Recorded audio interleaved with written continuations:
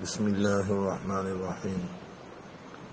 امام مالک رحمہ اللہ فرماتے ہیں جو آدمی حضور اکرم صلی اللہ علیہ وسلم کے صحابہ کرام کو گالیاں دیتا ہے اس کا برائے نام بھی اسلام سے کوئی تعلق نہیں اور نہ ہی اسلام میں اس کا کوئی حصہ ہے۔ امام نووی رحمہ اللہ ارشاد فرماتے ہیں کہ صحابہ کرام رضی اللہ تعالی عنہم اجمعین کو گالی دینا حرام ہے اور بدترین حرام میں سے ہے۔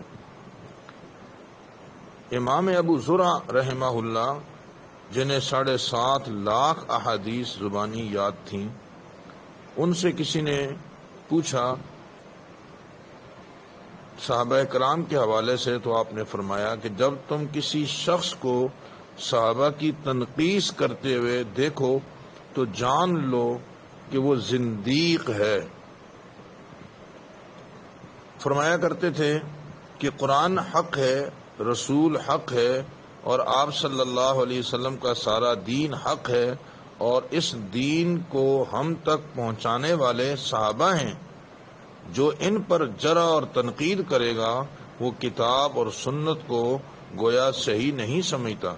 ایسا شخص جرح کا زیادہ مستحق ہے اور اس شخص پر زندیق اور گمراہ کا حکم لگانا زیادہ بہتر ہے۔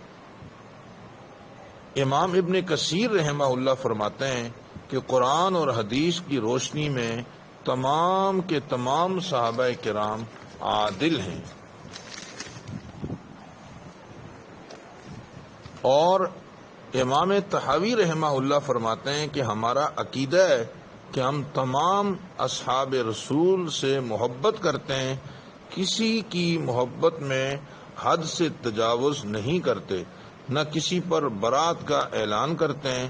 ان کی محبت دین، ایمان اور احسان ہے، اور اگلا جملہ فرمایا ان سے نفرت کرنا کفر، نفاق اور گمراہی ہے۔ کسی نے حضرت عبداللہ بن مبارک رحمہ اللہ سے پوچھا کہ حضرت معاویہ رضی اللہ تعالی عنہ کے بارے میں آپ کیا فرماتے ہیں؟ تو آپ نے فرمایا کہ جس شخص نے آپ صلی اللہ علیہ وسلم کے ساتھ رکوع سے سر اٹھاتے وقت ربنا لک الحمد پڑھا ہو، اس کے بارے میں کیا رائے دے سکتا ہوں؟ حضرت معاویہ رضی اللہ تعالی عنہ آپ صلی اللہ علیہ وسلم کے برادر نسبتی تھے۔ آپ کی بیوی حضرت ام حبیبہ رضی اللہ تعالی عنہا کے بھائی تھے۔ حضرت عبداللہ بن مبارک رحمہ اللہ سے کسی نے پوچھا کہ حضرت معاویہ افضل ہیں یا عمر بن عبدالعزیز رحمہ اللہ افضل ہیں؟ عمر بن عبدالعزیز کو بھی عمر ثانی کہا جاتا تھا، جن کے عدل و انصاف کا پورے عالم میں ایک چرچا تھا، اور جنہیں وقت کا مجدد کہا جاتا ہے، اور سرکاری سطح پر احادیث کو جمع کرنے کا کام انہوں نے ہی سر انجام دیا۔ ان کے بارے میں عبداللہ بن مبارک سے کسی نے پوچھا کہ یہ افضل ہیں یا معاویہ افضل ہیں؟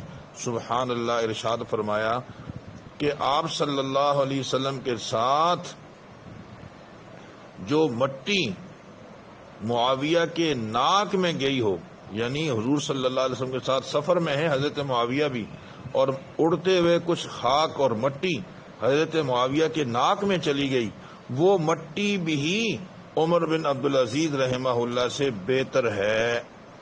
آپ اندازہ لگائیے کہ جب مٹی کا یہ عالم ہے تو خود حضرت معاویہ کا کیا عالم ہوگا۔ ان اسلاف کی نگاہوں میں اور ان اکابرین امت کی نگاہوں میں اصحاب رسول کا کیا مقام اور مرتبہ تھا، آپ نے آج کی اس مجلس میں اس کا اندازہ لگا لیا۔ اللہ تعالی ہمیں اصحاب رسول کے ساتھ سچی عقیدت اور محبت نصیب فرمائے، وآخر دعوانا ان الحمدللہ رب العالمین۔